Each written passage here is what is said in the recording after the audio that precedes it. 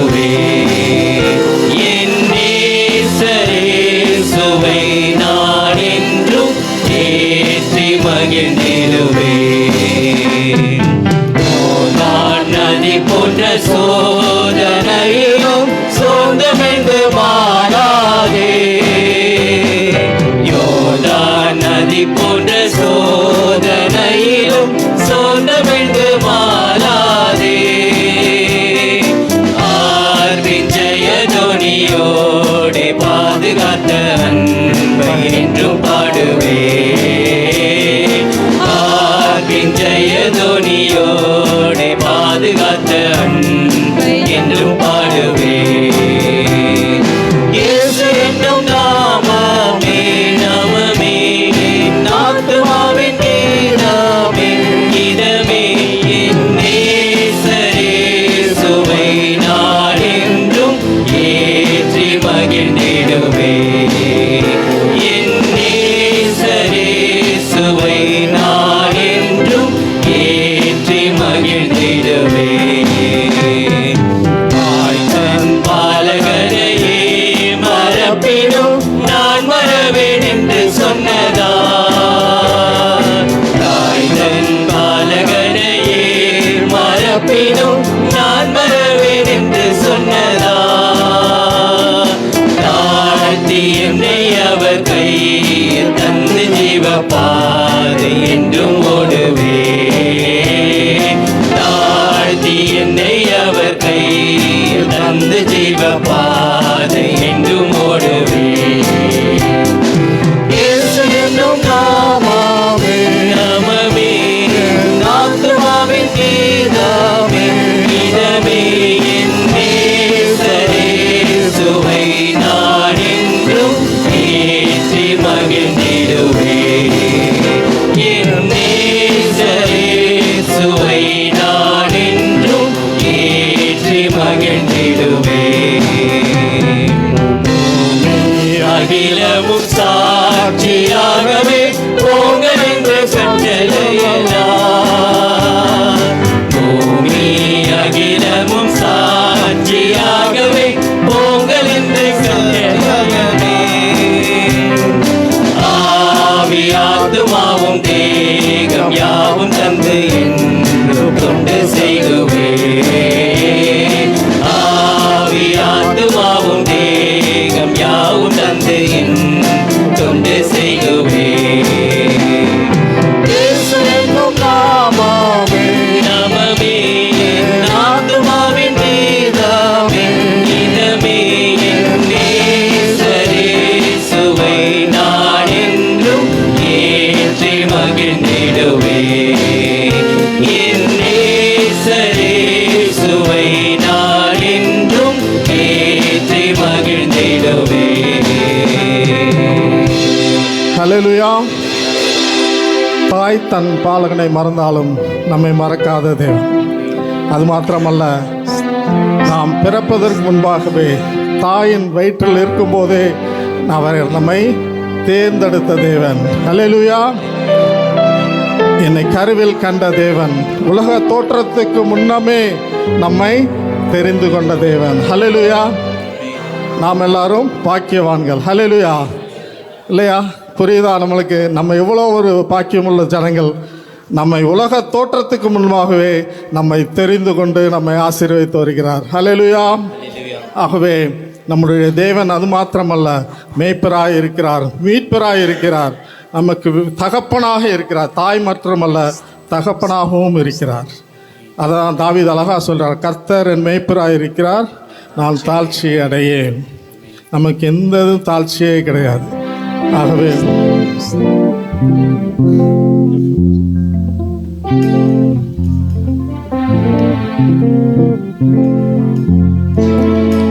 ஆகவே அவர் நமக்கு மீட்பர் மாத்திரமல்ல, மேய்ப்பராகவும் இரட்சகராகவும் இருந்து நம்மை வழி நடத்தி வருகிறார். ஆகவே அவரை போற்றி பாடவும். இந்த தாயின் வயிற்றில் உருவாகும் உன்னை என்னை கருவில் கண்டவர் நீரே.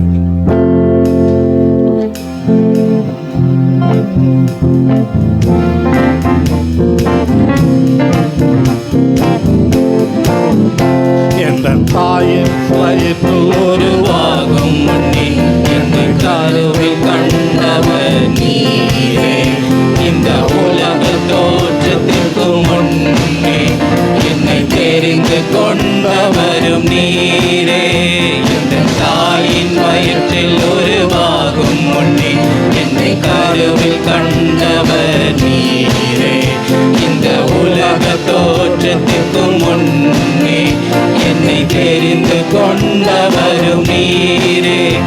எந்த மீட்பர் நீரானதா நான் அசைக்கப்படுவதில்லை.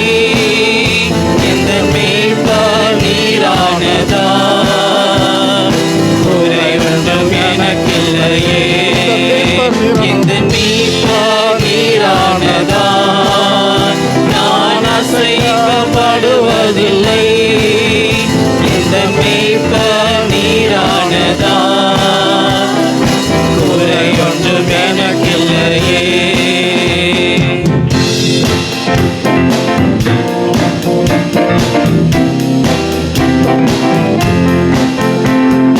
சோதனை வேதனைகளின் பாதைகளில் என்னை தாங்கி நடத்தினவரும் நீரே. எந்த துக்கங்களின் பாரங்களின் நேரங்களில் என்னை தூக்கி சுமந்த தகப்பன் நீரே.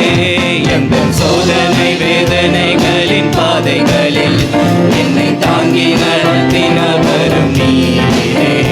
எந்த துக்கங்களின் பாரங்களின் நேரங்களில் என்னை தூக்கி சுமந்த தகப்பன் நீரே. எந்த மீட்பர் நீரானதா நான் அசைக்கப்படுவதில்லை. எந்த மீட்பர் நீரானதா குறை ஒன்றும் எனக்கில்லையே. எந்த மீட்பர் நீரானதா நான் அசைக்கப்படுவதில்லை. எந்த மீட்பர் நீரானதா குறை ஒன்றும் எனக்கில்லையே.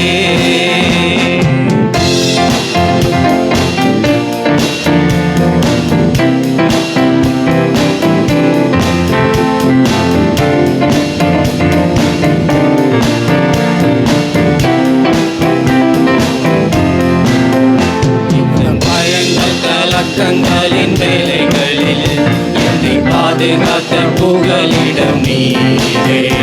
எந்த கஷ்டங்களின் நஷ்டங்களின் வேலைகளில் என்னை தேற்றிய கண்களை நீரே. எந்த பயங்கள் கலக்கங்களின் வேலைகளில் என்னை பாதுகாத்த புகலிடம் நீரே. எந்த கஷ்டங்களின் நஷ்டங்களின் வேலைகளில் என்னை தேற்றி ஆற்றிய கண்களை நீரே. எந்த மீட்பர் நீரானதா நான் அசைக்கப்படுவதில்லை. எந்த மீட்பர் நீரானதா குறை ஒன்றும் எனக்கில்லையே. எந்த மீட்பர் நீரானதா நான் அசைக்கப்படுவதில்லை. எந்த மீட்பர் நீரானதா குறை ஒன்றும் எனக்கில்லையே. எந்த மீட்பர் நீரானதா நான் அசைக்கப்படுவதில்லை. எந்த மீட்பர் நீரானதா குறை ஒன்றும் எனக்கில்லையே. நீரானதா நான் அசைக்கப்படுவதில்லை. எந்த மீட்பர் நீரானதா குறை ஒன்றும் எனக்கில்லையே. நமக்கு எந்த குறையும் கிடையாது. ஏன்னா அவர் எல்லாவற்றையும் அவர் செய்து முடித்து விட்டார். கர்த்தர் எனக்காக யாவையும் செய்து முடிக்கிற தேவனாக இருக்கிறார். அல்லேலூயா. அவர் இன்றைய தினம் மாதத்தின் முதல் நாள் வாக்குத்தத்தத்தின் ஆராதனை. நமக்கு ஒவ்வொரு மாதங்களிலும் வாக்குத்தத்தம் கொடுக்கப்படுகிறது. வாக்குத்தத்தம் என்பது எதற்காக கொடுக்கப்படுகிறது என்றால், பவுல் அப்போஸ்தலன் இவ்வாறாக சொல்லுகிறார். 2 கொரிந்தியர் 1:20 இவ்வாறாக அந்த வாக்குத்தத்தத்தை விளக்குகிறார். எங்களால் தேவனுக்கு மகிமை உண்டாகும்படி தேவனுடைய வாக்குத்தத்தங்கள் எல்லாம் கிறிஸ்து இயேசுவுக்குள் ஆம் என்றும் அவருக்குள் ஆமேன் என்றும் இருக்கிறதே என்றிருக்கிறார். வாக்குத்தத்தம் எதுக்கு கொடுக்கப்படுகிறது? தேவனுடைய மகிமை வெளிப்படத்தக்கதாக. ஏன்னா அவர் வாக்குத்தத்தத்தை பண்ணி அதை நிறைவேற்றுகிற தேவன். ஹல்லேலூயா. அதனால என்ன ஆகுது? தேவனுடைய மகிமை வெளிப்படுகிறது. ஆகவே இந்த வாக்கு தத்தத்தை நீங்கள் லேசாக எடுத்துக்கொள்ளாதீர்கள். இந்த வாக்கு தத்தத்தின் மூலமாக அவர் நமக்கு அதை விசுவாசித்து அப்பியாசிக்கும் போது அதன் மூலமாக தேவனுடைய மகிமை வெளிப்படுகிறதாக இருக்கிறது. ஆகவே இந்த வாக்கு தத்தங்களை நாம் நம்பி விசுவாசித்து அதை கை கொண்டு நாம் ஆசீர்வாதத்தை பெற்று ஆனந்திப்போம்.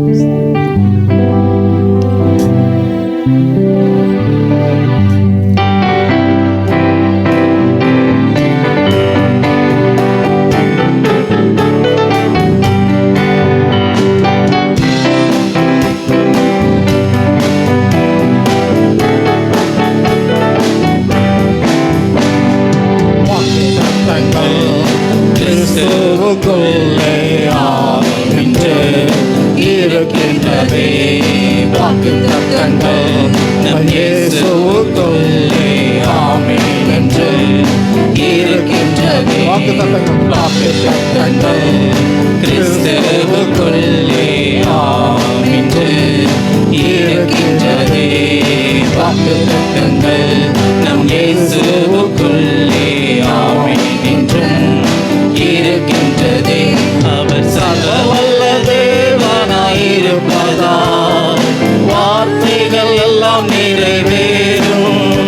அவர் உண்மையுள்ள தேவனாயிருப்பதால் வார்த்தைகள் ஒன்றும் தவறாதே. அவர் சர்வவல்ல தேவனாயிருப்பதால் வார்த்தைகள் எல்லாம் நிறைவேறும். அவர் உண்மையுள்ள தேவனாயிருப்பதால் வார்த்தைகள் ஒன்றும் தவறாதே.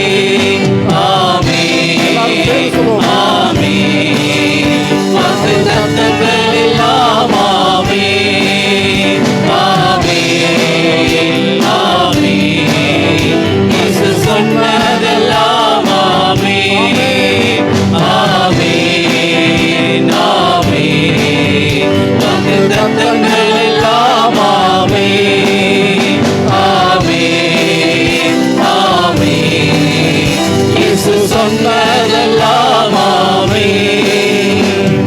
துரத்தப்பட்ட தாவீதின் தலையை உயர்த்தியதே.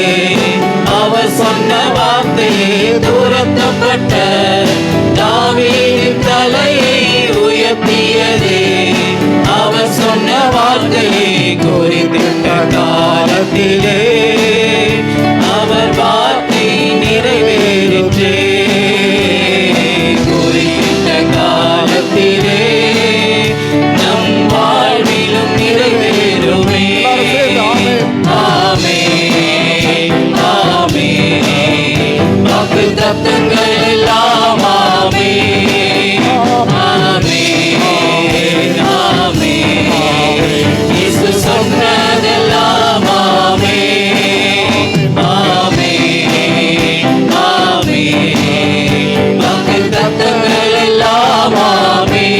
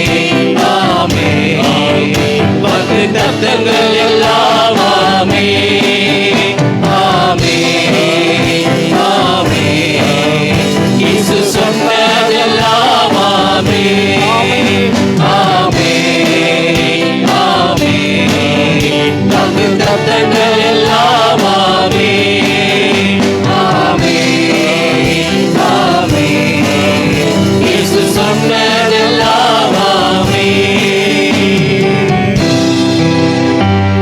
ஸ்தோத்திரமானவரே, வாக்கு தத்தங்களை கொடுத்தவர் அந்த வாக்கை நிறைவேற்ற வல்லவராக இருக்கிறதுக்காக ஸ்தோத்திரம் ஆண்டவரே. துதிக்கிறோம் துதிக்கிறோம் ஸ்தோத்திரிக்கிறோம் ஆண்டவரே. ஆண்டவரே, மனதின் ஆழத்திலிருந்து எங்களுடைய துதிகளையும் நன்றியையும் தெரிவிக்கிறோம் அப்பா. கடந்த நாட்களிலே எங்களை கைவிடாமல் காப்பாற்றி இம்மட்டும் எபினேசராய் இருந்து இந்த புதிய மாதத்திலே காலடி வைக்க கொடுத்த கிருபைக்காக உம்மை ஸ்தோத்திரம் ஸ்தோத்திரம் ஸ்தோத்திரம். இந்த முழு மாதமும் ஆண்டவரே, உம்முடைய கிருபை, உம்முடைய இரக்கம், உம்முடைய தயவு, உம்முடைய காருண்யம், உம்முடைய அன்பு எங்களை தாங்கி நடத்தப் போகிறதுக்காக ஸ்தோத்திரம் ஸ்தோத்திரம் ஸ்தோத்திரம் அப்பா. துதிக்கிறோம் துதிக்கிறோம் அப்பா. இந்த துதிகளையும் ஆண்டவரே ஸ்தோத்திரங்களையும் கர்த்தரும் அருமை ரட்சகருமாகிய இயேசு கிறிஸ்துவின் நாமத்தினாலே எடுக்கிறோம் பரமபிதாவே ஆமென். சொல்லுகிறதை செய்கிறவர், வசனித்து நிறைவேற்றுகிற பொய்யுரையாத ஒரு தேவன். ஹல்லேலூயா.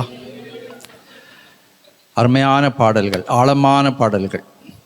இந்த பாடல்களின் வரிகள் நம்முடைய மனதிலே நல்ல ஒரு தாக்கத்தை ஏற்படுத்தி இந்த வாரம் முழுவதுமே சொல்லுகிறதை செய்கிறவர் நமக்காக எல்லாவற்றையும் செய்து முடிப்பார் என்கின்ற நம்பிக்கையோடு நம்மை வழிநடத்த தேவன் நமக்கு கிருபை அருள்வாராக.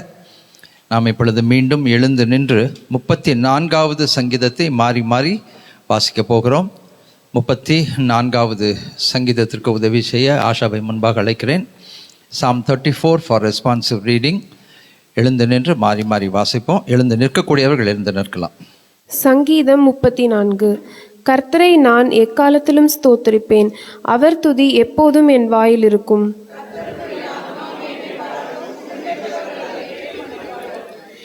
என்னோடே கூட கர்த்தரை மகிமைப்படுத்துங்கள், நாம் ஒருமித்து அவர் நாமத்தை உயர்த்துவோமாக.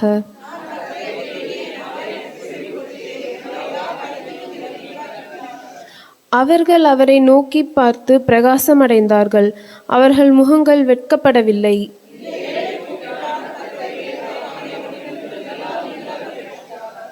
கர்த்தருடைய தூதன் அவருக்கு பயந்தவர்களை சூழ பாளையம் இறங்கி அவர்களை விடுவிக்கிறார்.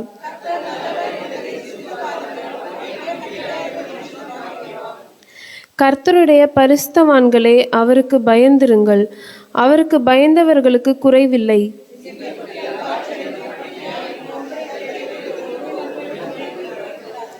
பிள்ளைகளே, வந்து எனக்கு செவி கொடுங்கள், கர்த்தருக்கு பயப்படுதலை உங்களுக்கு போதிப்பேன்.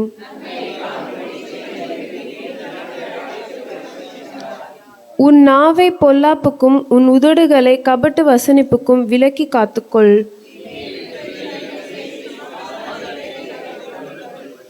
கர்த்தருடைய கண்கள் நீதிமான்கள் மேல் நோக்கமாயிருக்கிறது, அவருடைய செவிகள் அவர்கள் கூப்பிடுதலுக்கு திறந்திருக்கிறது.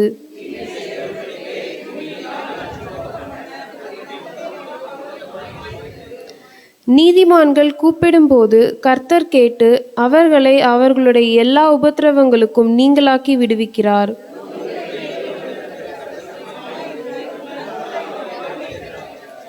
நீதிமானுக்கு வரும் துன்பங்கள் அநேகமாயிருக்கும், கர்த்தர் அவைகள் எல்லாவற்றிலும் நின்று அவனை விடுவிப்பார்.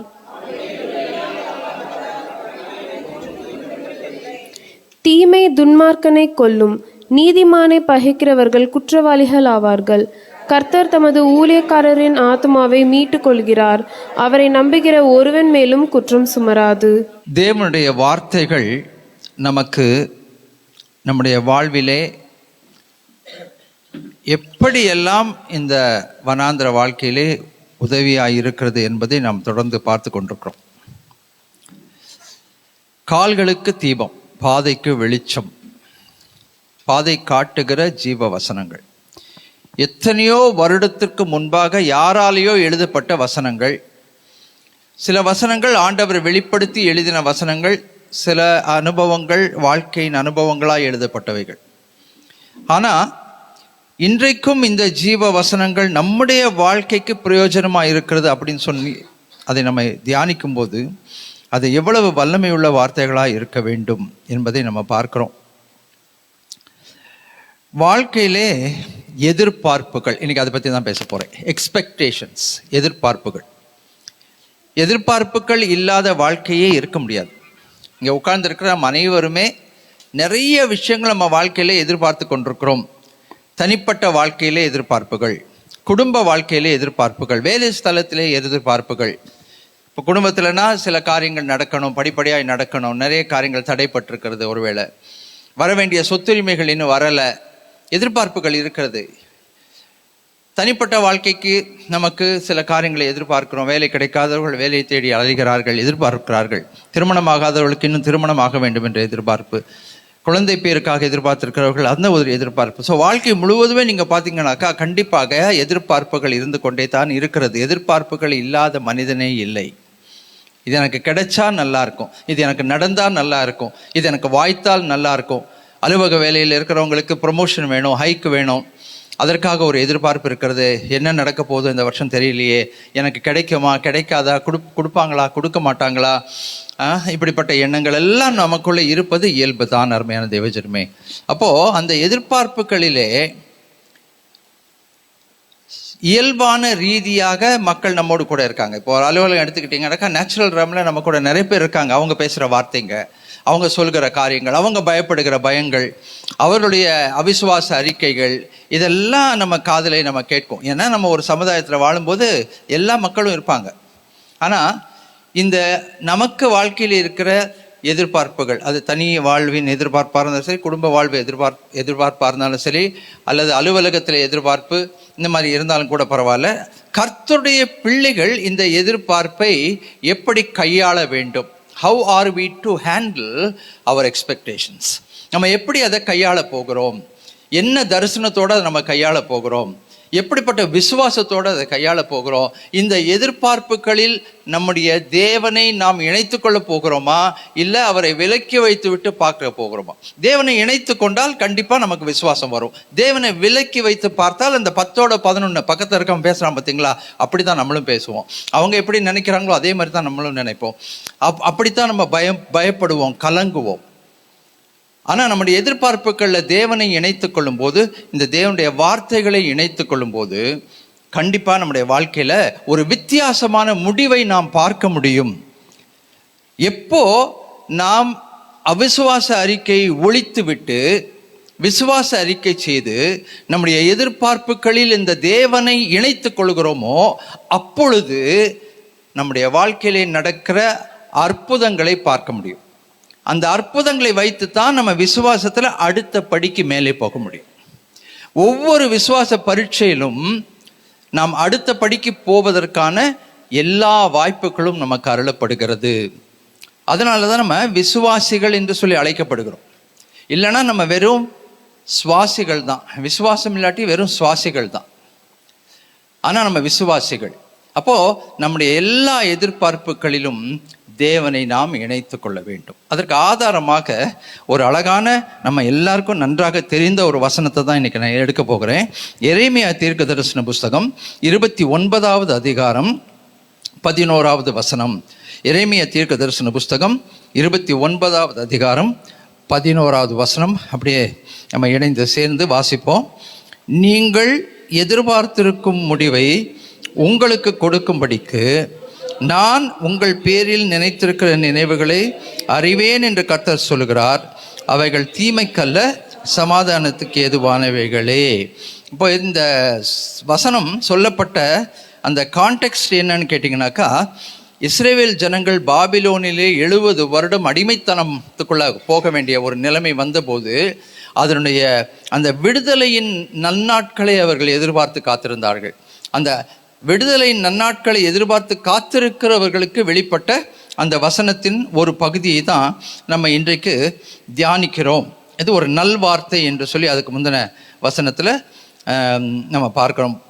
10வது வசனத்தில் நீங்கள் பார்த்தீங்கன்னாக்கா, உங்களை இந்த இடத்திற்கு திரும்பி வர பண்ணும்படி உங்கள் மேல் நான் நல்வார்த்தையை நிறைவேற பண்ணுவேன் என்று கர்த்தர் சொல்லுகிறார். அதை சொல்லிட்டு நீங்கள் எதிர்பார்த்திருக்கிற முடிவு, நாம் எதிர்பார்த்திருக்கிற முடிவு என்ன என்பதை முதலாவது நம்ம தெளிவாக இருக்கணுங்க. What is my expectation? I must be very clear. என்னுடைய எதிர்பார்ப்பில் கன்ஃபியூஷன் இருக்கக்கூடாது. இதுவாக இருக்கலாமா, கொஞ்ச நேரம் இதுவாக இருக்கலாம், கொஞ்ச நேரம் கழிச்சு இல்லை இது வேண்டாம் அதுவாக இருக்கலாம் என்கின்ற அந்த ஒரு குழப்பம் நம்முடைய வாழ்க்கையிலே காணப்படக்கூடாது. நீங்கள் எதை எதிர்பார்க்கிறீர்கள் என்று சொன்னால் கரெக்டாக சொல்லணும், இதை நான் எதிர்பார்க்கிறேன் என்று சொல்லி. இப்போ எங்கள் காலத்துலலாம் நாங்கள் ஸ்கூலில் படிக்கும்போது கேட்பாங்க, நீ 11th முடிச்சுட்டு என்ன பண்ண போகிற, நீ கல்லூரி முடிச்சுட்டு என்ன பண்ண போகிற அப்படின்னா, நம்ம சயின்ஸில் 30 மார்க் வாங்கிட்டு என்ன தெரியுமா சொல்லுவோம், நான் டாக்டர் ஆகலான் இருக்கேங்க. கணக்கில் 25 மார்க் வாங்கிட்டு நான் என்ஜினியர் ஆகலான்னு சொல்லுவோம். ஆனால் இந்த காலத்து பசங்க அப்படி இல்லை, ரொம்ப தெளிவாக இருக்காங்க. நீ என்ன ஆக போகிற அப்படின்னு கேட்டால் ஐ டோன்ட் நோன்றான், எனக்கு தெரியாதுன்றான். அது நமக்கு மனசுக்கு வருத்தமாக தான் இருக்குது. ஆனால் அவன் அவனுடைய நிஜத்தை சொல்லுகிறான், உண்மையை பேசுகிறான், எனக்கு தெரியல, ஐ டோன்ட் நோ. சமீபத்தில் ஒரு படத்தை பார்த்தேன், ஒரு பெரிய பேக் பேக்கில் நிறைய சாமானம் போட்டுட்டு ஒருத்தன் அப்படியே ரோட்டில் போகிற மாதிரி. மேலே என்ன தெரியுமா எழுதியிருக்காங்க, I don't know where I am going but I am on my way. நான் எங்கே போகிறேன்னு எனக்கு தெரியல, ஆனால் நான் போய்கிட்டு இருக்கிறேன். சில நேரத்தில் நம்ம வாழ்க்கையில் நம்ம இப்படி தான் இருக்கிறோம், போய்கிட்டு இருக்கிறோம், போய் தான் ஆகணும், வேறு வழி இல்லை. ஆனால் எங்கே போகிறேன், எதை நான் எதிர்பார்த்து போகிறேன், எதை நோக்கி புறப்பட்டு போய் கொண்டிருக்கிறேன் எனக்கு தெரியல. எதிர்காலம் கலங்கி போய் இருக்கிறது, குழம்பி போய் இருக்கிறேன், இருளடைந்து இருக்கிறது, என்ன நடக்க போகுதுன்னு எனக்கு தெரியல. இப்படிப்பட்ட சூழ்நிலைகளில் தான் இந்த ஜீவ வசனங்களை நாம் ஞாபகப்படுத்திக் கொள்ள வேண்டும். ஏன் நம்ம ஆண்டவரை நம்ம எதிர்பார்ப்பில் சேர்த்துக்கணும்னு சொல்கிறேன்னா, நமக்கு நம்முடைய எதிர்காலம் மறைக்கப்பட்டிருக்கிறது. கடந்த காலம் ஓரளவுக்கு நமக்கு ஞாபகம் இருக்கு, தெரியும். நிகழ்காலத்தில் என்ன நடந்து கொண்டிருக்கிறது என்று தெரியும். ஆனால் இந்த நிகழ்காலத்திலே நடந்து கொண்டிருக்கிற காரியத்தின் விளைவாக எதிர்காலத்தில் என்ன நடக்க போகிறது என்பதை ஒரு கண்ணாடியிலே நான் பார்க்கிற வண்ணமாகத்தான் நான் பார்க்கிறேன் ஒழிய துல்லியமாக என்னால் பார்க்க முடியலை. ஆனால் அண்ட சராசரத்தை உருவாக்கின தேவன், காலத்தை உருவாக்கின தேவன், கடந்த காலத்தையும் நிகழ்காலத்தையும் என் எதிர்காலத்தையும் தரிசனத்திலே கொண்டிருக்கிற என்னுடைய தேவனை நாம் என் எதிர்பார்ப்புகளில் இணைத்து கொள்ளும் போது அவருடைய திருவுள சித்தம் எனக்கு தெளிவாக வெளிப்படும். அந்த நம்பிக்கை முதலாவது நமக்குள்ள வரணும். இந்த தேவன் என்றென்றைக்கும் உள்ள சதா காலங்களிலும் நம்முடைய தேவன் இறுதி பரியந்தம் நடத்துவார். வலதுபுறம் இடதுபுறம் சாயும் போது வழி இதுவே, இதிலே நடுவுங்கள் என்று சொல்லுகிற குரல் நம்முடைய காதுகளிலே கேட்கும். சில நேரத்தில் நம்ம வழி தவறி போகிறோம், உண்மைதான். சில நேரத்தில் நம்ம இப்படி போகலாமா அப்படி போகலாமான்னு நினச்சி இது நல்லா இருக்கும்னு நினச்சி நம்ம போகிறோம். ஆனால் அப்படிப்பட்ட நேரங்களிலே பரிசுத்த ஆவியானவர் பேசுகிறார், மகனே நீ போக வேண்டிய வழி இதுதான், அது இல்லை, இதுதான் நான் உனக்காக வைத்திருக்கிற வழி, இதில் நீ போ. இதில் போனால் உனக்கு சமாதானம் இருக்கும், சந்தோஷம் இருக்கும், ஆறுதல் இருக்கும், நம்பிக்கை இருக்கும். ஏன்? என்னுடைய எதிர்காலம் என்ன என்று அவருக்கு தெரியும். நான் எங்கே போக வேண்டும் என்று அவர் ஒரு நோக்கத்தோடு தான் என்னை உருவாக்கி படைத்திருக்கிறார். சும்மாலாம் படைக்கல, ஒரு நோக்கத்தோட. பெற்றோர் கூட சில நேரத்தில் பெத்து போட்டு போயிடுவாங்க, அவங்களுக்கு பிள்ளைங்களை என்ன பண்ணுறீங்கன்னு தெரியாதுன்னுவாங்க. ஆனால் தேவன் அப்படி அல்ல, அவருக்கு தெரியும் நான் போக வேண்டிய பாதையை அவர் வகுத்திருக்கிறார். அந்த பாதையிலே நடத்துவதற்கும் உண்மை உள்ளவராயிருக்கிறார். நீங்கள் எதிர்பார்த்திருக்கும் முடிவுன்னு சொல்லும்போது அந்த எதிர்பார்க்கிற முடிவை நாம் தெளிவாக நம்முடைய மனசில் தரிசனமாக பதித்து கொள்ள வேண்டும். Where do you want to go? எங்கே நீ போக விரும்புகிற, என்ன செய்ய விரும்புகிற, வாழ்க்கையில் எதை நீ எதிர்பார்த்து காத்திருக்கிற, தெளிவாக இருக்கணும். இதெல்லாம் இருக்குது. நிறைய பேர் நீங்கள் பார்த்தீங்கன்னா எழுதி வைத்து ஜெபிக்கிற பழக்கம் இருக்குது. கர்த்தர் அவர்களை ஆசீர்வதிப்பாராக. ஆண்டவரே இதெல்லாம் எனக்கு வேணும் ஆண்டவரே என்று எழுதி பரிசுத்த வேதாமத்துக்குள்ளே வைத்து ஜெபிக்கிற அருமையான பிள்ளைகள் இருக்காங்க. அவர்களை எதிர்பார்க்கிறதை அவர்கள் ஆண்டவருடைய சமூகத்தில் ஒப்பு கொடுக்கிறார்கள். அதை கர்த்தருடைய பாதத்தில் வைக்கிறாங்க. ஆண்டவரே இதுதான் என்னுடைய விருப்பம், இதுதான் என்னுடைய நோக்கம், இதுதான் என்னுடைய எதிர்பார்ப்பு, இதை நீங்கள் உமக்கு சித்தமாக இருந்தால் நீங்கள் இதை எனக்கு தயவுசெய்து எனக்கு நீங்கள் தீர்மானித்து கொடுக்க வேண்டும் என்கின்ற கேட்கிற ஒரு அனுபவம் நமக்குள்ளே இருக்கிறது ரொம்ப ரொம்ப நல்லது. ஒரு டைரி மெயின்டைன் பண்ணுறது நல்லது. ஏனென்றால் இன்றைக்கு எனக்கு இருக்கிற எதிர்பார்ப்புகள் சிலவற்றை தேவன் நிறைவேற்றி கொடுக்கும்போது நாளைக்கு நான் சில காரியங்களை இன்னும் எதிர்பார்க்க முடியும். அப்போ இன்றைக்கு என்னுடைய தேவைகள் இதெல்லாம், ஒரு பக்கம். இன்னொரு பக்கம் அது நிறைவேறும் போது இந்த நாளில் ஆண்டவர் எனக்காக அதை நிறைவேற்றி கொடுத்தார் என்று நீங்கள் எழுதி அப்படி ஒரு டைரி மெயின்டைன் பண்ணிங்கன்னா அதுக்கு பேர் வந்து என்னன்னு தெரியுங்களா? விசுவாச டைரி. அதை நீங்கள் மெயின்டைன் பண்ணிங்கன்னா நாளைக்கு நமக்கு ஒரு கலக்கமான சூழ்நிலை வரும்போது அதை திருப்பி பார்க்கும்போது, ஓ இவ்வளவு கர்த்தர் எனக்கு செய்திருக்கிறாரா, என் ஜெபத்தையும் ஆண்டவர் கேட்டிருக்கிறாரா, என்னை வழி நடத்தி இருக்கிறாரா அப்படின்னு சொல்லி நம்ம பார்க்கும்போது நம்முடைய விசுவாசம் மேலோங்கும். அது மட்டுமல்ல, அடுத்த விண்ணப்பத்தை ஆண்டவருடைய பாதத்தில் வைக்கும்போது என் தேவன் எனக்காக இதை செய்து முடிப்பார் என்கின்ற நம்பிக்கை வரும். ஆமென். நீங்கள் எதிர்பார்த்திருக்கும் முடிவை உங்களுக்கு கொடுக்கும்படி. அப்போது ஆண்டவருக்கு அவர் வந்து பார்த்தீங்கன்னா நீங்கள் ஒரு சர்வாதிகாரி மாதிரி இருக்கிறதில்ல ஆண்டவர், ஒரு பரம தகப்பன். அதுதான் வித்தியாசம். ஒரு சர்வாதிகாரி மாதிரி அவர் நம்ம நடத்துறதில்லை, ஒரு பரம தகப்பனாக இருக்கிறார். சில நேரத்தில் என்ன சொல்கிறாருன்னா, நம்ம கேட்கறத உடனே கொடுத்துட்றாரு. சில நேரத்தில் என்ன நடக்குதுன்னா, நம்ம ஜெபிக்கும் போது சில கால தாமதங்கள் ஏற்படுது. மகனை கொஞ்சம் காத்துரு, மகளை கொஞ்சம் காத்துரு. சில வேளையில் ஆண்டவர் தெளிவாக சொல்கிறார், மகனே இது உனக்கு வேண்டாம், இது வேண்டாம், இது உனக்கு தேவையில்லை, மகளே இது உனக்கு வேண்டாம். இந்த 3 அனுபவங்களிலும் நாம் தெளிவுள்ளவர்களாக இருக்க வேண்டும். அது எப்போ நம்முடைய காதுகளிலே புலப்படும் அப்படின்னா, நம்ம எவ்வளவு அவருக்கு நெருங்கி இருக்கோமோ அவ்வளவுக்கு அதிகமாக அவருடைய திருவுள சித்தம் நமக்கு வெளிப்படும். எவ்வளவு அவருக்கு க்ளோஸாக இருக்கோமோ அவ்வளவுக்கு அவ்வளவு அவருடைய இருதயத்தை நம்ம புரிந்து கொள்ள முடியும். அதனால தான் நம்ம ஜெப வாழ்க்கை ரொம்ப முக்கியம், வேத வாசிப்பு ரொம்ப முக்கியம், ஆண்டவரை ஸ்தோத்திரம் பண்ண வேண்டியது ரொம்ப முக்கியம். ஆனால் நம்ம இப்போ இருக்கிற கால சூழ்நிலையில் பார்த்தீங்கன்னா, தேவனோடு நாம் சஞ்சரிக்கிறது எப்படி, அந்த நோவா வந்து சஞ்சரித்து கொண்டிருந்தார், ஏனோக்கு சஞ்சரித்து கொண்டிருந்தார், அந்த மாதிரி சஞ்சரிக்கிற அந்த அனுபவம் இப்போ வந்து ரொம்ப குறைஞ்சிருச்சு. நம்ம இப்போ எப்போ பார்த்தாலும் அந்த மொபைல் ஃபோனோட தான் சஞ்சரித்து கொண்டிருக்கிறோம் இல்லைங்களா? விடிய காத்தால அரை தூக்கம் வரும்போதே, அந்த முழிப்பு வரும்போதே தலைகணிக்குள்ளே விட்டு கையை தடவுறவங்க நிறைய பேர் இருப்பாங்க. அது எங்கே இருக்குன்னு பார்க்குறதுக்கு ஃபஸ்ட்டு எதுக்கு எடுப்பாங்கன்னா, டைம் என்னன்னு பார்க்குறதுக்கு எடுப்பாங்க. அதுக்கப்புறம் அதில் நிறைய விஷயங்கள் இருக்குது. அது இன்றைக்கி மனிதருடைய நேரத்தை ரொம்ப ஆக்கிரமித்து கொண்டிருக்கிறது. தேவனோடு கூட அதிகமாக டைம் ஸ்பெண்ட் பண்ண முடியாத அளவுக்கு. ஆனால் மனிதர்களோடு நெருக்கமாய் நாம் பழகிக்கொள்வதற்கு அது காரணமாக இருக்கிறபடினால, தேவ சித்தத்தை நாம் அறிவதற்கும் தேவனோடு நாம் நேரம் செலவு பண்ணுவதற்கும் அது ஒரு தடையாய் சில வேளைகளில் இருக்கிறது. மொபைல் ஃபோனில் நிறைய விஷயங்கள், நல்ல விஷயங்கள் இருக்கிறது, ரொம்ப வாழ்க்கையை மேம்படுத்தக்கூடிய விஷயங்கள் இருக்கிறது, வசதிகள் இருக்கிறது. அதுவும் அந்த மொபைல் ஃபோன் வர்றதுக்கு முன்னால் பிறந்த அவர்களுக்கு தெரியும் இந்த மொபைல் ஃபோனால் எவ்வளோ ஒரு சின்ன ஒரு உதாரணம் உங்களுக்கு நான் சொல்லணுன்னாக்கா, அந்த காலத்துலலாம் நீங்கள் ஒரு கல்யாணம் அப்படின்னா யாருக்கெல்லாம் நோட்டீஸ் அனுப்பணும் அப்படின்னு யோசிப்பாங்க. யாருக்கெல்லாம் நம்ம நோட்டீஸ் கொடுக்கணும், யாரையும் மிஸ் பண்ணிடக்கூடாது அப்படின்னு சொல்லி. இப்போ பார்த்தீங்கன்னா மொபைல் ஃபோனில் உங்களுக்கு ஃபோன் கான்டாக்ட்ஸ் இருக்குது இல்லைங்களா? உங்களுக்கு நல்லா தெரியும் யாருக்கெல்லாம் நம்ம அனுப்பணுன்னு. டக்குன்னு உட்காந்து அப்படி ஒரு தடவை நீங்கள் அதை ஸ்க்ரால் பண்ணி பார்த்துட்டிங்கன்னா இவங்களுக்கெல்லாம் அனுப்பணும். ஏன்னா அவங்களோட நம்ம தொடர்பில் இருக்கிறோம், அதனால இவங்களுக்கெல்லாம் அனுப்பலாம் அப்படின்னு சொல்லி. அப்புறம் அது மட்டும் இல்லை, அவங்களுடைய ஃபோன் நம்பர் இருக்குது, கூப்பிட்டு சொல்லிடலாம், இந்த மாதிரி வச்சுருக்கேங்க வந்துருங்க அப்படின்னு சொல்லி. அப்புறம் வாட்ஸ்அப் இருக்குது, அதில் வெட்டிங் இன்விடேஷன் அனுப்பிடலாம்.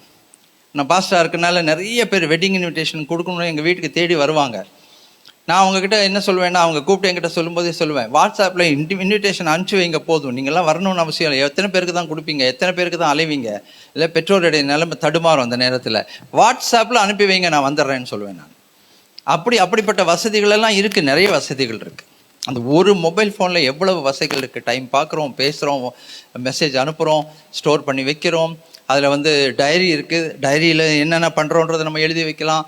அப்புறம் நம்முடைய கேலண்டர் இருக்குது, அப்புறம் அப்பாயின்மெண்ட் இருக்குது, எல்லாமே இருக்குது, நிறைய விஷயங்கள் இருக்குது. அதில் பிபி செக் பண்ணலாம், சுகர் செக் பண்ணலாம், எல்லாம் பண்ணலாம், பேங்கிங் பண்ணலாம், நெட் பேங்கிங் பண்ணலாம்.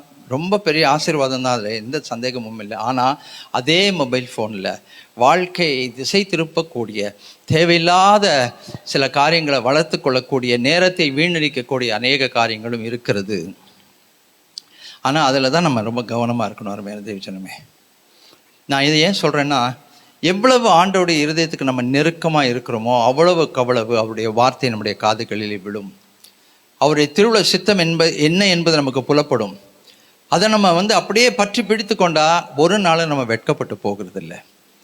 அதனால தான் நம்ம ஆண்டவரோடு கூட அநேக நேரங்களை செலவு பண்ண வேண்டியது அவசியமாக இருக்குது. அந்த மொபைல் ஃபோன் வச்சு ஆண்டவரோட நிறைய நம்ம நேரம் செலவு பண்ணுறதுக்கும் நிறைய வாய்ப்புகள் அதில் இருக்கிறது. நம்ம எதை பார்க்கிறோம் என்பது முக்கியம், எதை கேட்கிறோம் என்பது முக்கியம், எதை தேடுகிறோம் என்பது முக்கியம். நன்மையானதை தேடினால் நன்மையானது வரும், தீமையானதை தேடினா தீமையானது தான் வரும். நன்மையும் ஆண்டவர் வைத்திருக்கிறார், அதில் தீமையும் வைத்திருக்கிறார். நாம் எதை தெரிந்து கொள்கிறோமோ அதை பொறுத்து தான் நம்முடைய எதிர்காலம். நீங்கள் எதிர்பார்த்திருக்கும் முடிவை உங்களுக்கு கொடுக்கும்படிக்கு. அடுத்தது ஆண்டவர் என்ன தெரியுமா சொல்றாரு? நான் உங்கள் பேரில் நினைத்திருக்கிற நினைவுகள். வெறும் நம்ம எதிர்பார்ப்பு மட்டுமல்ல, உருவாக்கி படைத்து நாமம் தரித்தவர் நம்மை குறித்த நினைவுகளை வைத்திருக்கிறார். நம்ம மேலே அவர் நினைவாக இருக்கிறார், அதை நம்ம மறக்கவே கூடாது. சில நேரத்தில் நம்ம யோசிக்கிறோம் இல்லைங்களா, என்ன அவருக்கு தெரியுமா, நான் யாருன்னு தெரியுமா, நான் என்ன கடந்து போகிறேன்னு அவருக்கு தெரியுமா? அப்படிப்பட்ட எண்ணங்கள் நமக்குள்ளே வருகிறது, யோசனைகள் வருகிறது. ஆனால் உருவாக்கி படைத்து நாமம் தரித்தவர், நம்மை அழைத்தவர், ரட்சிப்புக்குள்ள நம்ம நடத்தினவர், பாவங்களை மன்னித்தவர், பரிசுத்தமாக்கினவர் நம்ம மீது நினைவாய் இருக்கிறார். 24 மணி நேரமும் அவரை நம்ம மீது கண்ணோக்கமாய் இருக்கிறார். ஆகார் சொன்னா, என்னை காண்கிறவரை இவ்விடத்தில் கண்டேன் அல்லவா. என்னை காண்கிறவரை இவ்விடத்தில் எப்போ? அந்த வெளிப்பாடு கிடைத்த போது. லகாய் ரோகி, என்னை காண்கிறவரை நான் இந்த இடத்துல கண்டேங்க, நான் பார்த்தேங்க. அவர் என்ன பார்த்துட்டு இருக்கிறான்றதை நான் பார்த்தேன்.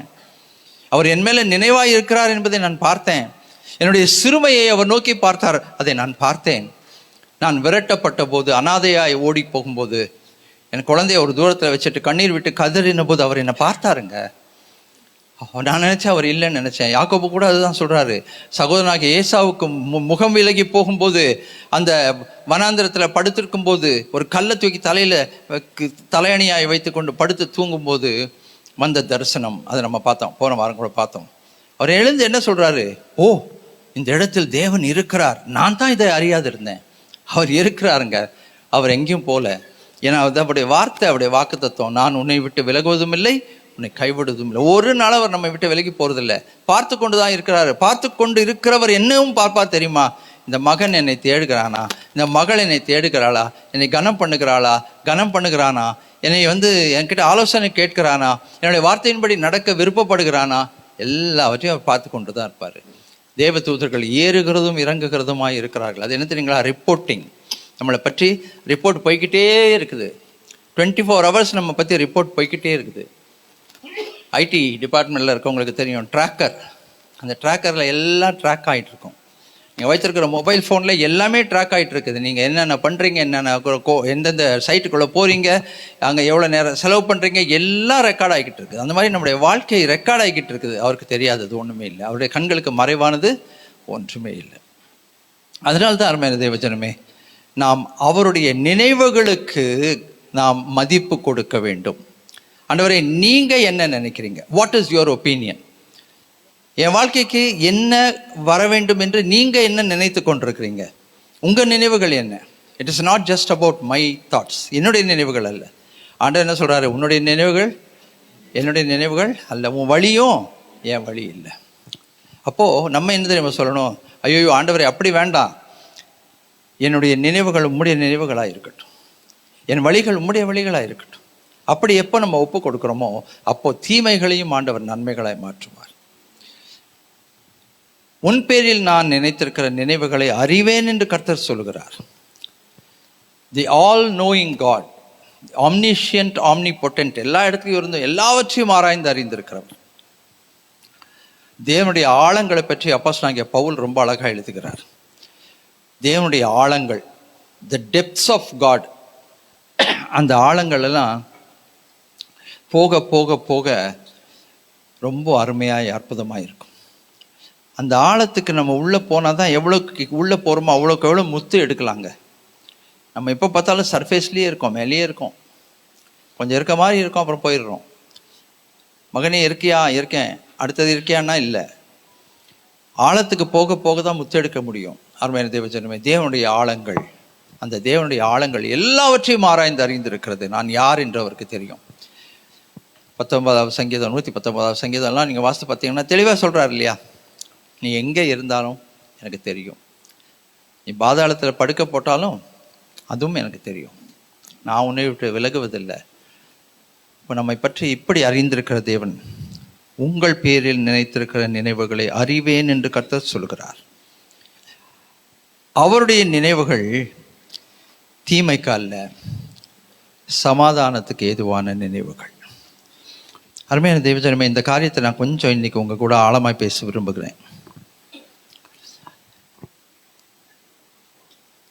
நம்முடைய சுயம், செல்ஃப், அந்த செல்ஃப் அப்படின்றது, அந்த சுயம் சில வேளைகளிலே சில காரியங்களை செய்து முடிக்கிறது. நானே யோசித்துக்கிட்டு நானே செய்கிறது, நானே இது நல்லா நடந்துரும்னு நானே செய்கிறது. அதனால என்ன ஆகுதுன்னா, நம்முடைய சமாதானம் முதலாவது கெட்டு போகிறது. நம்ம சமாதான குறைவுக்கு அநேக நேரத்தில் காரணம் யார் தெரியுமா? நாம தான். தமிழில் சொல்லுவாங்க தெரியுமா, தனக்குத்தானே ஆப்பு வச்சுக்கிறது. நம்ம சமாதான குறைவுக்கு அநேக நேரங்களிலே நாம் தான் காரணம். நம்ம வாழ்க்கையை நம்ம எப்படி நடத்தணும்னு ஆண்டவர் விரும்புகிறார். உன்னை நான் உருவாக்கி, உன்னை படைத்து, நாமம் தரித்து, என் சித்தத்தை உனக்குள்ள வைத்து, என் பிள்ளை என்று உன்னை சுதந்திரவாளியாக்கி, உனக்கு நித்திய சுதந்திரங்களை கொடுக்க வேண்டும் என்று நான் விரும்புகிறேன். அதற்காகத்தான் உன்னை நான் அழைத்தேன், அதற்காக தான் வேறு பிரித்தேன், அதற்காக தான் உன்னை தெரிந்து கொண்டேன். என்னுடைய நோக்கங்கள் உன் வாழ்க்கையிலே நிறைவேற வேண்டும் என்பது தான் என்னுடைய நினைவுகள், உன்னை பற்றி நான் நினைத்திருக்கிற நினைவுகள். ஆனால் நீ உன்னுடைய சுயத்தின் அடிப்படையில் செய்கிற தீர்மானத்தின் நிமித்தம் அநேக வேளைகளில் உன்னுடைய சமாதானத்தை இழந்து போகிறாய். சமாதானத்தை இழந்து போகிறது எவ்வளோ வேதனையான விஷயம் தெரியுங்களா? நல்ல சந்தோஷமாக பட்டுப்பூச்சியை போல பறந்து சந்தோஷமாக இருக்க வேண்டிய நாட்களில் சில வேளைகளிலே நாம் கண்ணீரும் கம்பலையுமாய் மாறி விடுகிறோம். பயங்கள், கலக்கங்கள், திகில்கள் நம் உள்ளத்தை பற்றி பிடித்துக் கொள்கிறது. ஏன் வேணுமா இது? தேவையா இது? காரணம் என்ன தெரியுமா? என்னுடைய சுயம். ஏனென்றால் சில காரியங்களை நான் செய்ய எத்தனிக்கும் போது என் தேவனோடு கூட நான் ஆலோசிப்பதில்லை, நான் ஆலோசனை கேட்பதில்லை. குளத்துக்குள்ளே நான் குதிச்சிடுறேன், எனக்கோ நீச்சல் தெரியாது, ஆனால் என்னுடைய ஆர்வ கோளாறுனால நான் குளத்துக்குள்ளே குதிச்சிடுறேன். அதுக்கப்புறம் என் மூச்சு திணறும் போது கண்ணீர் விட்டு கதறுகிறேன். ஆனாலும் கிருபையுள்ள தேவன் அப்பொழுதும் என்னை வந்து கை தூக்கி விடுகிறார். எத்தனை முறை நான் தவறி போனாலும் என்னை தேடி வருகிறார். ஏன் தெரியுமா? அந்த ஆட்டு, அந்த மெய்ப்பனுக்கு அந்த ஒரு ஆடு காண போனால் கூட அதை அவன் 99 ஆடுகளை விட்டு அவன் தேடுகிறவன். நான் ஒரு நல்ல மெய்ப்பன், நல்ல மெய்ப்பன் தன் ஆடுகளுக்காக ஜீவனையை கொடுக்குறான். ஸோ அந்த மாதிரி நம்ம சுயத்தின் அடிப்படையில் போய் ஒரு குளத்தில் விழுந்து தத்தளிக்கும் போது கூட அவர் கைவிடுகிறது இல்லை. அப்பொழுதும் வந்து கை கொடுத்து தூக்குகிறார். மகனே, மகளே, வா, இனியாவது என்னுடைய சித்தத்தை கேளு, இனியாவது என்னுடைய சத்தத்தை கேளு, இனியாவது என் சித்தத்துக்கு உன்னை ஒப்புக்கொடு, இனியாவது என்னோடு கூட நின்று என்னுடைய நினைவுகள் என்ன என்பதை கொஞ்சம் ஆராய்ந்து பார்த்து அந்த நினைவுகளுக்கு உன்னை ஒப்பு கொடுத்தா உன் வாழ்க்கை சந்தோஷமாகவும் சமாதானமாகவும் மன நிறைவாகவும் இருக்கும். அவரை விட வேற ஒருத்தர் நமக்கு ஒரு சிறப்பான வாழ்க்கையை கொடுத்துட முடியுமா? அவரை விட நமக்கு இன்னும் ஒருத்தர் ஒரு சந்தோஷத்தையோ சமாதானத்தையோ ஒரு பாதுகாப்பு உணர்வையோ, சென்ஸ் ஆஃப் செக்யூரிட்டி கொடுக்க முடியுமா? அவரை விட நம்முடைய வாழ்க்கையில் நம்மை வேற யாராவது உயர்த்தி விட முடியுமா? அதனால தான் நம்முடைய தீர்மானங்களில் அவரை நம்ம ஆலோசிப்பது அவசியம். நம்முடைய எதிர்பார்ப்புகளில் அவரை ஆலோசிப்பது, அவருடைய ஆலோசனையை நம்ம ஏற்றுக்கொள்வது அவசியம். நான் அவர் வேற இல்லை. சின்ன குழந்தைங்களுக்கு நீங்கள் பொம்மை கொடுத்து பாருங்கள், விளையாட்டுக்கு எதனா கொடுத்து பாருங்கள், அது உடனே எடுத்த உடனே சில பிள்ளைங்க அதை அழகாக ஓட்டி அந்த பொம்மையை ஓட்டி அந்த ஒரு வண்டியை ஓட்டி விளையாடும். ஒரு சிலது நீங்கள் பார்த்தீங்கன்னா அது கையில் கொடுத்த உடனே அதுக்குள்ளே என்ன இருக்குன்னு பார்க்கணும். இப்போ அதுக்கு பிச்சு எடுத்துடும். அப்புறம் என்ன பண்ணும்? அதை அப்படியே எடுத்துகிட்டு போய் அவங்க அப்பா கையில் கொடுக்கும். நம்மளும் சில நேரத்தில் அப்படி தான். அவர் கொடுத்த வாழ்க்கையை பிச்சு எடுத்துட்டு அப்புறமா கொண்டு போய் என்னாச்சு, போராட்டம் ஆச்சு, அவன் வேலை செய்யலை, ஒன்றுமே நடக்கலைன்னு தான் அவர் கையில் கொண்டு அது கொஞ்சம் ரிப்பேர் பண்ணி கொடுங்க. வேண்டாம். அருமையான தேவஜனமே, நீங்கள் எதிர்பார்த்திருக்கும் முடிவை உங்களுக்கு கொடுக்கும்படிக்கு நான் உங்கள் பேரில் நினைத்திருக்கிற நினைவுகளை அறிவேன் என்று கர்த்தர் சொல்கிறார். அவைகள் தீமைக்கல்ல, சமாதானத்துக்கு ஏதுவானவைகளான நினைவுகளே, அப்பொழுது நீங்கள் கூடி வந்து என்னை தொழுது கொண்டு என்னை நோக்கி விண்ணப்பம் பண்ணுவீர்கள். நான் உங்களுக்கு செவி கொடுப்பேன். உங்கள் முழு இருதயத்தோடும் என்னை தேடீர்களானால் என்னை தேடுகையில் கண்டுபிடிப்பீர்கள் என்று கர்த்தர் சொல்லுகிறார். ஹல்லேலூயா. அப்போ நீங்கள் கூடி வந்து என்னை தொழுது கொண்டு என்னை நோக்கி விண்ணப்பம் பண்ணுவீர்கள் என்று கர்த்தர் சொல்லுகிறார். முழு இருதயத்தோடு தேடினா என்னை நீங்கள் கண்டுபிடிப்பீர்கள் என்று கர்த்தர் சொல்லுகிறார். அப்போது இவங்க ஒரு தீர்மானம் பண்ணுறாங்க பாருங்கள். 31வது அதிகாரம், எரேமியா 31வது அதிகாரம்,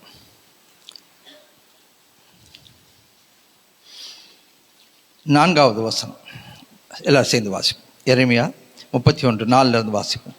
இஸ்ரவேல் என்னும் கன்னிகையே, மறுபடியும் உன்னை நான் கட்டுவிப்பேன், நீ கட்டப்படுவாய்.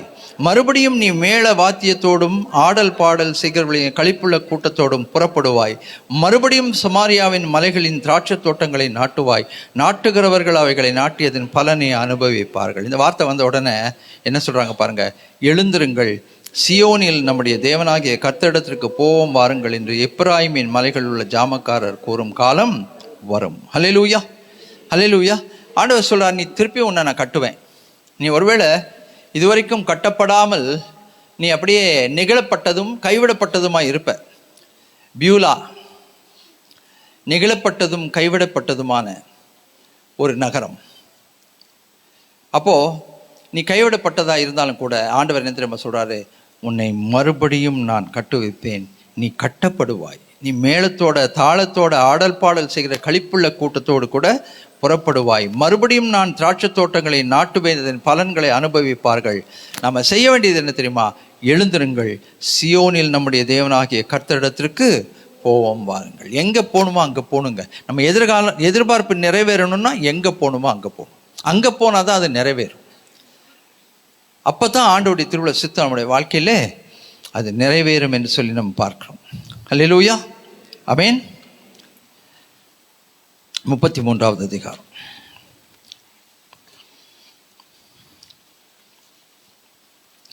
எரேமியா 32வது அதிகாரம், 32:19 சேர்ந்து வாசிப்போம். நிறைய வசனங்கள் இருக்குது, அதெல்லாம் எடுக்க நேரம் இல்லை. 19வது வசனம், எரேமியா 32:19. யோசனையிலே பெரியவரும் செயலிலே வல்லவருமாய் இருக்கிறீர்.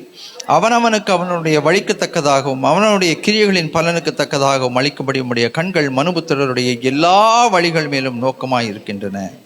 ஆமென். 21வது வசனம், இஸ்ரவேல் ஆகிய உம்முடைய ஜனத்தை அடையாளங்களினாலும் அற்புதங்களினாலும் பலத்த கையினாலும் ஓங்கிய புயத்தினாலும் மகாபயங்கரத்தினாலும் எகிப்திலிருந்து புறப்பட பண்ணின ஒரு தேவன். 27வது வசனம், இதோ நான் மாம்சம் உள்ள யாவருக்கும் தேவனாகிய கர்த்தர், என்னாலே செய்யக்கூடாத அதிசயமான காரியம் ஒன்று உண்டோ? ஹல்லேலூயா. அவரால் செய்யக்கூடாத அதிசயமான காரியம் ஒன்றுமில்லை. அவர் மனசு வச்சா செய்வாருங்க. அவர் மனசு வச்சா செய்வார், கண்டிப்பாக செய்வார், செய்து முடிப்பார். ஏனென்றால் அவர் செய்து முடிக்கிற ஒரு தேவன். திரும்ப திரும்ப அதை தான் சொல்கிறார் அவர், நான் எல்லாருக்கும் தேவன், நான் மனுஷன் கிடையாது, தேவன்.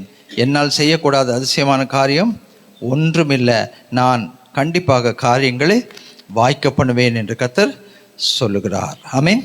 கடைசியாக ஒரு வசனம் வாசிங்க. எரேமியா 33வது அதிகாரம் 14வது வசனம்.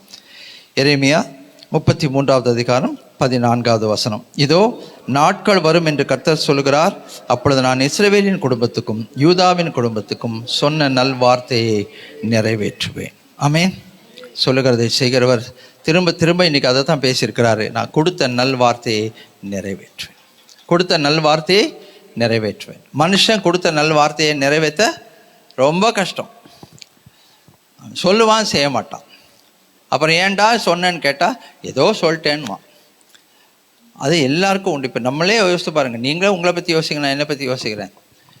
சிஸ்டர் வந்துடுறேன் சிஸ்டர் ஜெபம் பண்ணுறதுக்கு. பிரதர் வந்துடுறேன் பிரதர். போனீங்களா பாஸ்டர்னா? போனால் நல்லது, ஓகேயா? அப்போ அவள் கொடுத்த வார்த்தையை நம்ம காப்பாற்றுறோமா இல்லையாங்கிறது நமக்கே நல்லா தெரியும், இல்லைங்களா? ஆனால் ஆண்டவர் என்ன தெரியுமா சொல்கிறாரு, நான் இஸ்ரவேல் குடும்பத்துக்கும் யூதாவின் குடும்பத்துக்கும் சொன்ன நல்வார்த்தையை நிறைவேற்றுவேன். ஆமென். நிறைவேற்றுவேன், நிறைவேற்றி முடிப்பேன் என்று கர்த்தர் சொல்கிறார். ஸோ இன்னைக்கு நம்ம தியானித்த தியானத்தின் அடிப்படையில் மிகவும் அன்போடு தாழ்மையோடு உங்களை நான் கேட்டுக்கொள்கிறது என்ன தெரியுமா? உங்களுடைய எதிர்பார்ப்புகளிலே தேவனை இணைத்து கொள்ளுங்கள். அவரை விலக்கி வைக்காதீங்க. சுயத்துக்கு இடம் கொடுக்காதீங்க. சுயத்துக்கு இடம் கொடுத்தா தேவ சித்தம் விலகி போகும். அதுக்கு பிறகு வாழ்க்கை கண்ணீரும் கம்பளியுமா மாறும். தேவையில்லை.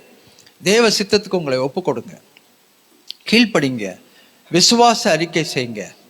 ஆண்டவருக்காக வைராக்கியமாய் நான் வாழ்வேன் என்று தீர்மானம் பண்ணுங்க. இந்த உலகத்தை ஒரு பக்கம் ஒதுக்கி வைத்து விட்டு ஆண்டவரோடு அதிகமாக நேரம் செலவு பண்ணுங்க. ஆண்டவரை அதிகமாய் தேடுங்க. அப்போ ஆண்டவருடைய அற்புதங்களும் அதிசயங்களும். எனக்கு ரொம்ப பிடிச்சிருக்கு இந்த வசனம். இங்கே பாருங்கள், இது சாதாரணமான வசனம் கிடையாது. நம்ம வாஸ்த வசனம் அந்த 32 வாஸ்தம் பார்த்தீங்களா? 21 என்னதான் செய்வாராம்? இஸ்ரவேலாகிய எமது ஜனத்தை அடையாளங்களினாலும் அற்புதங்களினாலும் பலத்த கையினாலும் ஓங்கிய புயத்தினாலும் மகா பயங்கரத்தினாலும் புறப்பட பண்ணினவர், வழி நடத்துகிறவர். அற்புதங்கள் வேணுமா? வேணும். அதிசயங்கள் வேணுமா? வேணும். பிரதர் வர்ஷிப் நடத்தும் போது சொன்னாங்க, தேவனுடைய வாக்குத்தத்தங்கள் எல்லாம் கிறிஸ்துவுக்குள் ஆமென்றும் ஆமேன் என்றும் இருக்கிறது. இன்றைக்கு இந்த வாக்குத்தத்தத்தை நம்ம தியானித்திருக்கிறோம். இந்த வாக்குத்தத்தம் கிறிஸ்துவுக்குள் ஆம் என்றும் ஆமேன் என்றும் இருக்கிறது.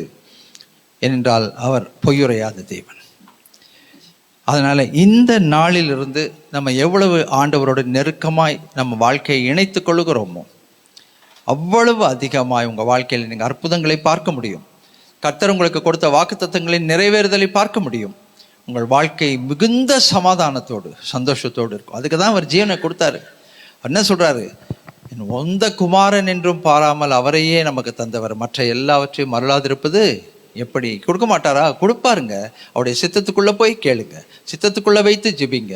சித்தத்துக்குள்ள வைத்து அவர் மீது அவரை முதன்மைப்படுத்தி நீங்க செய்யும் போது அவர் வாழ்க்கையில உங்களுக்கு அற்புதங்களை செய்வார், அதிசயங்களை செய்வார், வாக்குத்தத்தங்களை நிறைவேற்றி கொடுப்பார். சொந்த இரத்தத்தையே சிந்தினார், ரட்சிப்பை கொடுத்தார், நம்மை மீட்டு கொண்டார். நம்ம நல்லா இருக்கணும்னு தான் அவர் நினைக்கிறாரு. நம்ம சமாதானமாக இருக்கணும்னு நினைக்கிறாரு, சந்தோஷமாக இருக்கணும், நம்ம வாழ்க்கை எதிர்காலம் நல்லா இருக்கணும்னு நினைக்கிறாரு. ஆமீன். அப்படியே தலைகளை தாழ்த்தி ஆண்டவருடைய கரத்தில் ஒப்பு கொடுப்போம். தேவன் உங்களோடு என்ன பேசியிருக்கிறாருன்னு பாருங்க. தேவ சித்தத்துக்கு உங்களை ஒப்பு கொடுங்க. தீமைகளையும் நன்மைகளாய் மாற்றுகிறவர், தீமைகளையும் நன்மைகளாய் மாற்றுகிறவர். ஏன் ஏன் ஏன் என்று கேட்காம, இதை நீங்கள் எப்படி எனக்கு நன்மையாக முடித்து தர போறீங்க ஆண்டவரே? இதை எப்படி எனக்கு நன்மையாக முடித்து தர போறீங்க? எப்படி நம்ம செம்மையாய் முடித்து தர போறீங்க? எப்படி நிறைவாய் முடித்து தர போறீங்க? எப்படி ஆசீர்வாதமாய் இதை முடித்து தர போறீங்க? அதைத்தான் நம்ம கேட்கணும். ஆமீன். தேவனால் செய்யக்கூடாத அதிசயமான காரியம் ஒன்றுமில்லை. நமக்காக எல்லாவற்றையும் செய்து முடிக்கிற தேவன். கர்த்தருடைய பந்தியை ஆசரிக்க போகிறோம். நாம் கர்த்தருடைய பந்தியை ஆசரிக்க வந்திருக்கிறோம். அதை தயாராக வந்தவர்கள் தயவு செய்து எல்லாவற்றையும் அவரிடத்தில் நீங்கள் சொல்லலாம். அவர் உங்களை தகுதிப்படுத்த நீங்களே இந்த நேரத்தில் ஒரு சிறிது நேரம் நாம ஆராய்ந்து பார்த்து அது தகுதி உள்ளவர்களாக நம்மை மாற்றிக்கொள்ள நாம் கர்த்தரை நோக்கி பார்ப்போம். அப்பொழுது அவர் நமக்கு மன்னிக்க வல்லவராக இருக்கிறார். அதைத்தான் வேதாகமத்தில் சத்திய வேதத்தில் நாம் பார்க்கிறோம். அவருடைய பந்தியை ஆசரிக்கும் போது ஒருவரோடு ஒருவர் நாம் சமாதானத்தோடு சந்தோஷத்தோடு நாம் பங்கு பெறுவோம். சபையாக நாம் இதிலே பங்கு பெறும்போது கர்த்தர் நம்மை ஆசீர்வதிக்க வல்லவராக இருக்கிறார். ஆகவே இதில் பங்கு பெற விருப்பமுள்ளவர்கள் எழுந்து நிற்குமாறு நான் கேட்கிறேன்.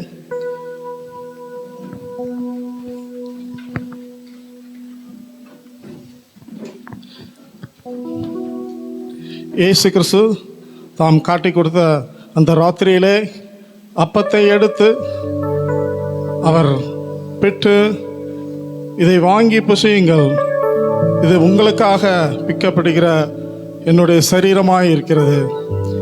இதை நீங்கள் சாப்பிடும் போதெல்லாம் போஜனம் பண்ணும்போது என்னை நினைவு கூறும்படி இதை செய்யுங்கள் என்றார். ஆகவே அவரை நினைவு கூறும்படியாக இதில் நாம் போஜனம் பண்ண கடவோம். அந்தபடியே அவர்கள் போஜனம் பண்ணின பின்பு இயேசு கிறிஸ்து பாத்திரத்தையும் எடுத்து ஸ்தோத்திரம் பண்ணி அதை அவளுக்கு கொடுத்து, நீங்கள் இதிலே பானம் பண்ணுங்கள், இது உங்களுக்காகவும் அநேகருக்காகவும் பாவ மன்னிப்புக்கென்று நான் சிந்துகிற பரிசுத்த திரு ரத்தமாய் இருக்கிறது. இதை நீங்கள் ஏற்றுக்கொள்ளும் போதெல்லாம் என்னை நினைவு கூறும்படி இப்படி செய்யுங்கள். இது நான் உங்கள் பாவ மன்னிப்புக்கென்று செய்கிற புதிய உடன்படிக்கைக்குரிய நினைவடையாளமாய் இருக்கிறது என்று திருவுளம் பற்றினார். வாருங்கள், மிகுந்த மனமகிழ்ச்சியோடும் மிகுந்த பயபக்தியோடும் அவருடைய திருமாம்சத்தையும் அவருடைய பரிசுத்த ரத்தத்தையும் ஏற்றுக்கொள்ளுங்கள். கர்த்தருக்கு சாட்சியாய் வாழ தேவன் உங்களுக்கு கிருபை அருளுவாராக. ஆமீன். முதலாவது சகோதரர்கள் வந்து பெற்றுக்கொள்ளும்படி அன்போடு கூட கேட்கிறேன். அதைத் தொடர்ந்து சகோதரிகள் வந்து பெற்றுக்கொள்ளுங்கள்.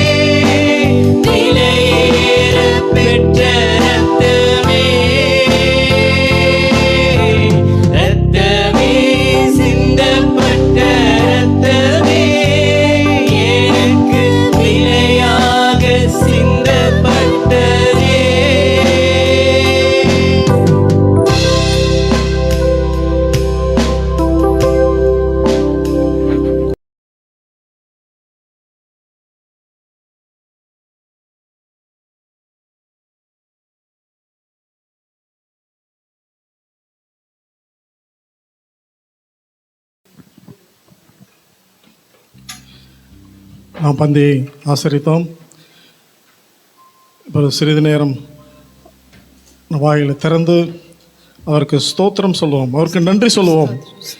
நம்மை அவருடைய பிள்ளைகளாக, அவருடைய சுதந்திரவாளிகளாக மாற்றியிருக்கிறார். அதற்காக ஸ்தோத்திரம். இந்த பாத்திரத்திலும் இந்த பந்தியிலும் பங்கு பெறாதவன் என்னோடு சேர மாட்டான் என்று சொன்ன தேவன் இதில் பங்கு பெற கர்த்தர் நமக்கு கிருபை அளித்திருக்கிறார். அதற்காக நன்றி சொல்லுவோம். இதில் பங்கு பெற்ற ஒவ்வொருவரும் அவருடைய கிருபையினாலும் அவருடைய இரக்கத்தினாலும் முடிசூட்டப்பட்டவர்களாக இந்த இடத்தை விட்டு அவருடைய சந்நிதியை விட்டு நாம் கடந்து செல்வோம். அவருக்கு சாட்சியாக வாழ நம்மை அர்ப்பணிப்போம். என்னை நினைவு கூறும்படி இதை செய்யுங்கள் என்றார். நாம் ஒவ்வொரு நாளும் அவர் செய்த அந்த மகத்தான அந்த இரட்சிப்பின் கிரியைக்காக அவரை நினைவு கூறுவோம். தினம் தினம் நினைவு கூறுவோம். சிலுவையை நோக்கி பார்ப்போம். அப்பொழுது நாம் ஆசீர்வாதத்தை பெற்று ஆனந்திப்போம். ஆகவே இந்த பந்து ஏதோ ஒரு சடங்காச்சாரத்துக்காக ஏதோ செய்கிறோம், கடமைக்காக இதை செய்யாதபடி அவர் நமக்கு செய்த அந்த மகத்தான இரட்சிப்பின் மீட்பின் கிரியை ஒவ்வொரு நாளும் நம்முடைய வாழ்க்கையிலே நினைத்தவர்களாக அதன் மூலமாக அந்த ஆசீர்வாதத்தை பெற்று ஆனந்திப்போம். இன்னும் மீதியான துணிக்கையில் பார்க்கும்போது இதில் பங்கு பெறாத அநேக ஜனங்கள் உண்டு. அவர்களுக்கும் அவருடைய இரட்சிப்பின் சுவிசேஷத்தை நாம் அறிவிக்க கடமைப்பட்டிருக்கிறோம். ஆகவே இந்த நேரத்திலே நாமே ஒப்புக் கொடுப்போம். எங்கள் பரலோகத்தில் இருக்கிற பரமபிதாவே, உங்களுடைய ஒரே பேரான குமாரனா இயேசு கிறிஸ்துவின் நாமத்தினாலே நாங்கள் வந்திருக்கிறோம். அப்பா, உங்களுடைய பந்தியிலே எங்களுக்கு பங்கு உண்டு என்பதை நிரூபித்திருக்கிறீர். அதற்காக எங்களை தகுதிப்படுத்தியிருக்கிறீர். அதற்காக உண்மை ஸ்தோத்திரிக்கிறோம். பங்கு பெற்ற ஒவ்வொருவரையும் உங்களுடைய ஆசீர்வாதத்தினாலும் உங்களுடைய ஆண்டவரே உங்களுடைய வரத்தினாலும் உங்களுடைய அபிஷேகத்தினால் நிரப்பி இந்த உலகத்திலே அவர் சாட்சியாக வாழ நீங்கள் கிருபை செய்யுங்கப்பா. அதுக்கு வேண்டிய எல்லா ஆண்டவரே உங்களுடைய அவர்கள் நினைக்கும் ஒவ்வொரு நினைவுகளையும் நீர் அறிந்திருக்கிறீர் என்று இன்னைக்கு பார்த்தோம். அப்பா, வாக்குத்தத்தம் பண்ணின தேவன் உண்மையுள்ளவர் என்பதை நாங்கள் உணர்கிறோம், விசுவாசிக்கிறோம். அப்பா, நீர் செய்ய வல்லவர். அதற்காக துதிக்கிறோம். இந்த சன்னிதானத்திலிருந்து கடந்து செல்லும் போது இந்த விசுவாசத்தோடு, இந்த தைரியத்தோடு, இந்த நம்பிக்கையோடு நாங்கள் கடந்து சென்று இந்த உலகத்திலே பிரகாசிக்கிற ஒளியாகவும் உப்பாகவும் நாங்கள் இருக்க நீங்கள் கிருபை செய்யுங்க. உங்களுடைய கரங்களை ஒப்படைக்கிறோம். நீங்கள் பொறுப்பேற்றுக் கொடுங்க. கர்த்தரும் அருமையரட்சகருமாகிய இயேசு கிறிஸ்துவின் இனிய நாமத்தினாலே இந்த ஜெபங்களையும் ஸ்தோத்திரங்களையும் எடுக்கிறோம் பரமபிதாவே, ஆமென். ரிஷான் டைம். சங்கீதம் 128. கர்த்தருக்கு பயந்து அவருடைய வழிகளில் நடக்கிறவன் எவனோ அவன் பாக்கியவான். உன் கையின் பிரசத்தை நீ சாப்பிடுவாய். உனக்கு பாக்கியமும் நன்மையும் உண்டாயிருக்கும். உன் மனைவி உன் வீட்டோரங்களில் கனி தரும் திராட்சை கொடியை போல் இருப்பாள். உன் பிள்ளைகள் உன் பந்தியை சுற்றிலும் ஒலிவ மர கன்றுகள் போல் இருப்பார்கள். கர்த்தருக்கு பயப்படுற மனுஷன் இவ்விதமாய் ஆசீர்வதிக்கப்படுவான். கர்த்தர் சீயோனில் இருந்து உன்னை ஆசீர்வார். நீ ஜீவனுள்ள நாளெல்லாம் எருசலேமின் வாழ்வை காண்பாய். நீ உன் பிள்ளைகளின் பிள்ளைகளும் இஸ்ரவேலுக்கு உண்டாகும் சமாதானத்தையும் காண்பாய்.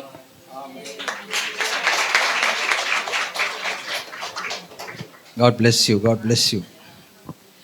இந்த சங்கீதம் இன்றைக்கு ரிஷான் சொன்னது எனக்கும் ரொம்ப ஆசீர்வாதமாக இருக்குது. தேங்க்யூ. இணைந்து சொல்வோம். என் ஆத்துமாவே கர்த்தரை ஸ்தோத்திரி, முழு உள்ளமே அவருடைய பரிசுத்த நாமத்தை ஸ்தோத்திரி. என் ஆத்துமாவே கர்த்தரை ஸ்தோத்திரி, அவர் செய்த சகல உபகாரங்களையும் மறவாதே. ஆமீன். நம்முடைய ஆண்டவராகிய இயேசு கிறிஸ்துவின் கிருபை, பிதாவின் அன்பு, பரிசுத்த ஆவியானவருடைய இணை பிரியாத அந்யோன்ய ஐக்கியம் நம் அனைவரோடும், நம்முடைய குடும்பத்தில் பிள்ளைகள் ஒவ்வொருவரோடும், மிஷினரி குடும்பத்தோடும், தூரத்தில் இருக்கிற அருமையான பிள்ளைகளோடும், தூரத்தில் இருக்கிற நம்முடைய பெற்றோர், உற்றார் உறவினர் ஒவ்வொருவரோடும், உலகமெங்கிலும் இருக்கிற பரிசுத்தவான்களோடும் மீண்டும் மீண்டும் நிலைத்திருப்பதாக. ஆமேன். ஹல்லேலூயா. ஆமேன். God bless you.